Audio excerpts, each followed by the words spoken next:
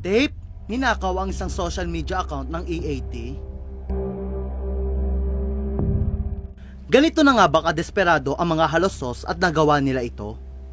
Batid ng marami na mahalaga ang papel ng social media para sumikat at umani ng maraming views ang isang TV show. Sa tulong ng social media, mas lumalawak ang tinatawag na reach at tumataas ang engagement ng isang TV shows. Ang dalawang factors na ito ay mahalaga para sa tagumpay ng isang TV show, lalo na sa panahon ng social media. Kaya naman, malaking kawalan para sa Revamp Itbulaga ng mga halosos na ma-terminate ang kanilang bagong gawang YouTube channel at Facebook page. Lumalabas na inireport ng maraming fans ng TVJ ang mga bagong social media accounts ng Revamp Itbulaga.